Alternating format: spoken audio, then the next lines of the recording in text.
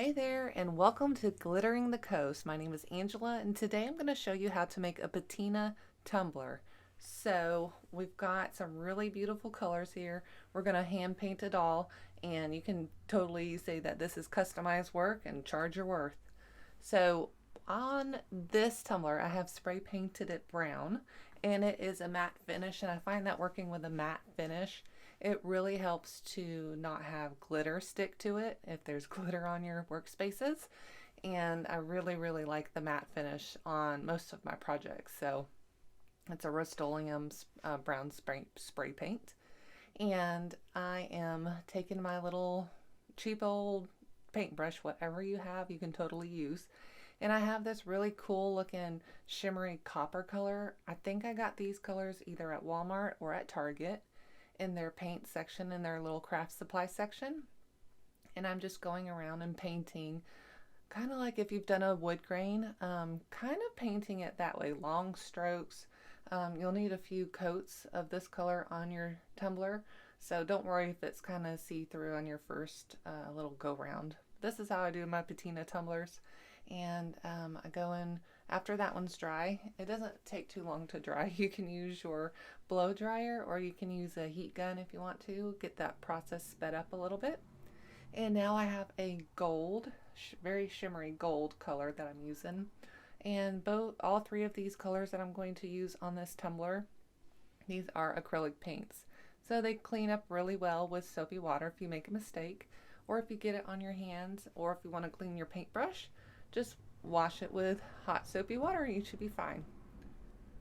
So I want to leave a little bit of brown spray paint in there, but I want most of it covered up. So I'm just going in and painting those long vertical sections. And this is like a art project. So wherever your eye sees where it wants the color, go ahead and add it on there. I like to make sure that the bottom is done and the sides are done in case someone, well, I mean, I look at the bottom of my cups. I don't know why, I just do. But I want to make sure that the cup on the bottom is taken care of as well. So going in with this really pretty turquoise color.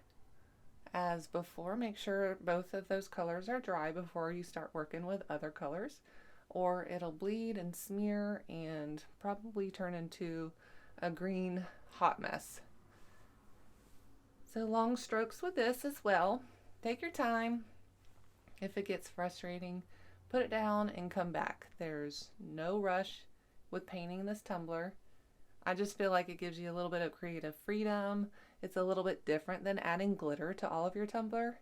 And if you like to paint, this is a really good start for you. And it's kind of a really pretty like Western type of tumbler. So if you're in the South or if you're up in Yellowstone, it'd be a really cool tumbler to make.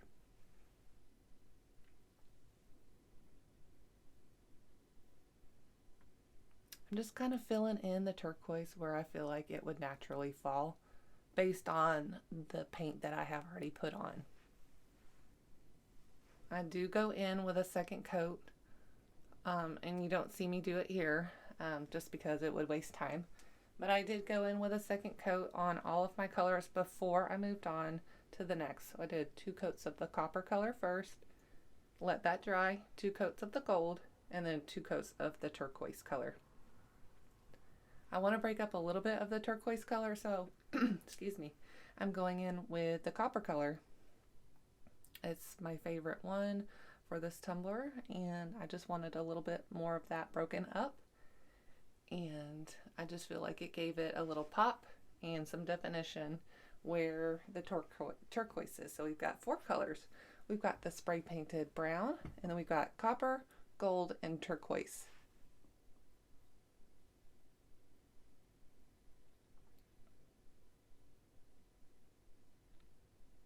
Don't worry if you make a mistake, you can always repaint over it. Light, long strokes is best for these tumblers. So if you're heavy-handed, dab off a little bit of that paint before you get too crazy with it. So I'm going to add some gold flakes to it, just gives it a little more dimension. Another tumbler that I did, I used copper flakes, and that was really pretty too.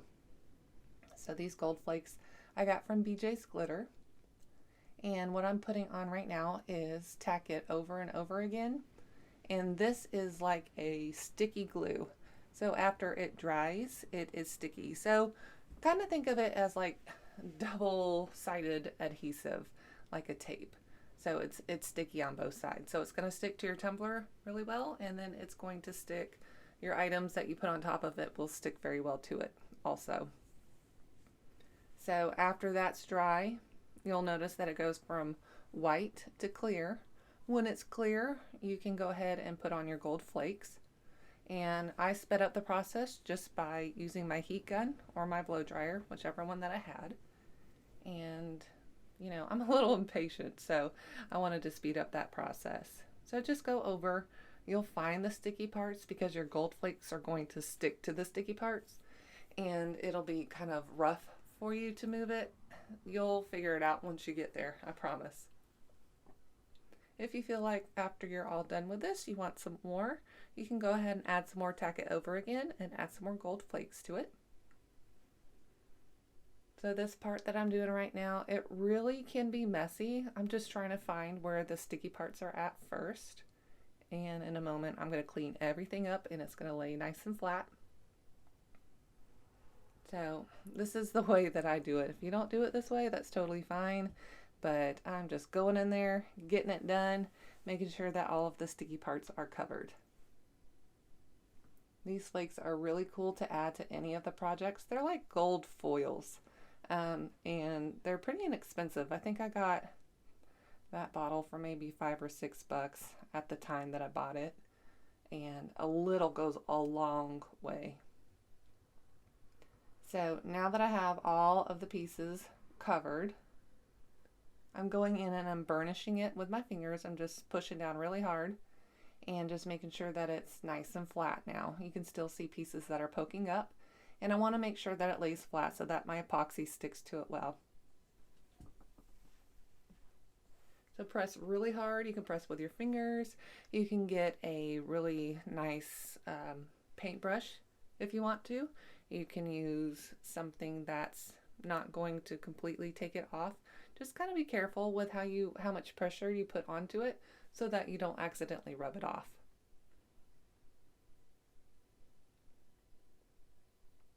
Now I'm just going in and kind of wiping off all the little excess pieces that are left over.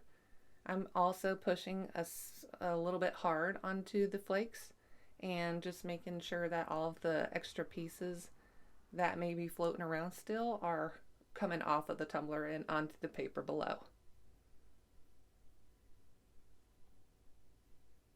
After you're satisfied with that, you need to mix up some epoxy. So what I use is KSResin Liquidy Split Ultra UV. And I put all of my epoxy labeled in honey bottles.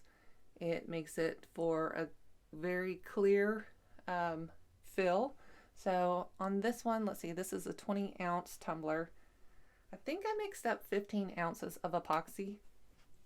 Because this does not have glitter on it, I know that I'm going to be okay with mixing up a little bit. So I've either got 15 or 20 milliliters of epoxy. You want to make sure if you're using a fast set that you stir it completely clear, and you make sure that your room temperatures for this specific one, you want to make sure your room temperature is between like 72 at the very lowest, and you could go up to 100 degrees if you needed to. My workspace is about 80 degrees sometimes, and my humidity is about 50 degrees. I do not go over 54, whatever it's called, with humidity. It'll leave the epoxy sticky and it won't cure. So I go over this tumbler twice with epoxy before I put a decal on. And right now I'm making sure that the epoxy goes all the way to the top and all the way to the bottom. Whenever you use the finger cots, just keep your fingers out of the way. You really don't want to have the epoxy touching your skin. And if you are super messy, put a glove on. You want to get the gloves that don't have the powder on the outside. It will not react well to your epoxy, so just be mindful of that. And everything that I'm using today is in my description box. So if you have any questions on what I'm using, take a look there and feel free to leave me a comment. So after I'm done putting the layers of epoxy on, you can see my torch in the top corner, and I take that and I just go over it real lightly, and I don't I'm popping any bubbles that may still be there, and I don't want any bubbles on my tumbler. If you get bubbles, you have a little extra work. You have to sand it. It's not very fun. So I've got just a few little sprinklings of turquoise glitter, and in just a minute I'm going to put on some gold glitter. I felt like I wanted a little glitter on this one, but I didn't want to put glitter all over. So I just decided to use some chunky glitter, and I've got both of these from KCCGlitter.com. And if you use the link in my description box, it'll take you right to the glitter that I use. So these glitters are nice and chunky, and I'm laying it in a line so that the glitter does not sit on top of each other and stick out. That will give me a little extra work if it sticks out of sanding later on in the future. So I try to make sure that I, am methodical with how I'm laying out my glitter. So now I have 2 coats of epoxy on, and I am ready to decal. So I'm cleaning up the rim of the cup with an X-Acto knife. Be real careful when you do that. And I'm also going in with, I think it's 120 grit sandpaper. And I'm not sanding it hard. I'm just going in and making sure any bumps and any blemishes that I have, that those are lightly sanded off.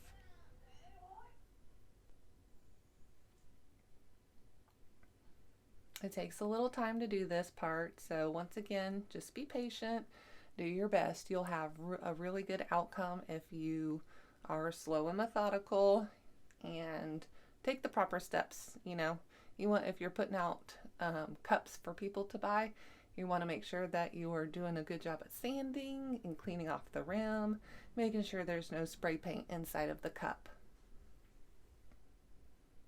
So I take the sanding block and I just go on the very top of the rim, and I leave a slight little sliver of the stainless steel tumbler for my epoxy to adhere to.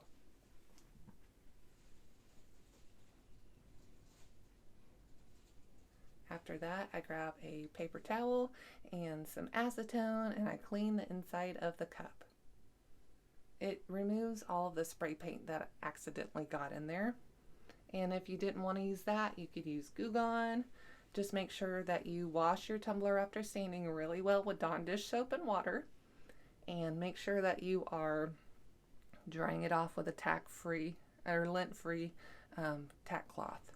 So you really can't see what this decal is, but it's a cow skull with flowers on it, and I'm just weeding out all the pieces that I don't want on there. And once I have that done, I will stick it on my tumbler. I believe the size of the decal that I used is about 4 inches in height, and you could go about 3 inches if you wanted a little bit smaller, but this one is about 9 inches in length total, and so I really thought that the 4 inches in height would be good. So I used my Silhouette cutting machine to cut out the vinyl, and I grabbed a vinyl that was not permanent, so it gave me a little fit, but I made it work. It stuck to the cup, and I just rolled off my clear transfer paper just really slowly. All this information will be in my description box again, so if you need anything, feel free to go there and take a look. And after I took off the clear transfer paper, I took the cup outside and I spray painted it with clear matte spray paint. So the reason that I do that is I do not want my vinyl lifting in case epoxy got under it. And if it does, it would be fine. I could lightly sand it or put another coat of epoxy on, but I don't want to make extra steps for myself, so I go outside and spray paint it first. So I've got another 2 coats of epoxy on this cup. And I just make sure that I go slowly putting on the epoxy. I don't want to create bubbles. I don't want big bubbles, and I don't want micro bubbles. You're welcome to use any type of epoxy that you love, and just make sure that your coats are nice and smooth. Make sure your tumbler is even on your tumbler, on your turner. Make sure it's nice and level.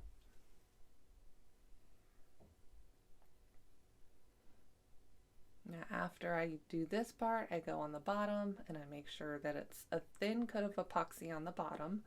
I don't want a fat bottom on my tumbler. We want to make sure that our tumblers are nice and smooth everywhere, including the bottom. You don't want that tumbler to fall over and crack. You can put thick coats on the top if you want to, but try to get it as smooth and as thin on the bottom as you can. After that, you want to make sure you torch it. And if you feel like you still have some bubbles after this coat of epoxy, lightly sand it and wash it with soap and make sure it's nice and dry, and put another coat of epoxy on. If you're new to making tumblers, you'll have the little air bubbles and lint. Don't worry about it. You will get better at it, I promise. This one has no bubbles on it. It's so pretty. If you have any questions, feel free to leave me a comment. I check them as often as I can. And I love comments. I love subscribers. So if you have any questions, like I said, leave me a comment. I'd be happy to reply whenever I see it. And don't forget, subscribe and like. Let me know if you have any questions on this tumbler. Thank you so much for watching this video. I hope that it has encouraged you to step outside your comfort zone and try something new. You're welcome to hand paint your tumblers. They're really fun. You can get so creative with it. So give it a good try. Thank you so much for watching. Have a great day.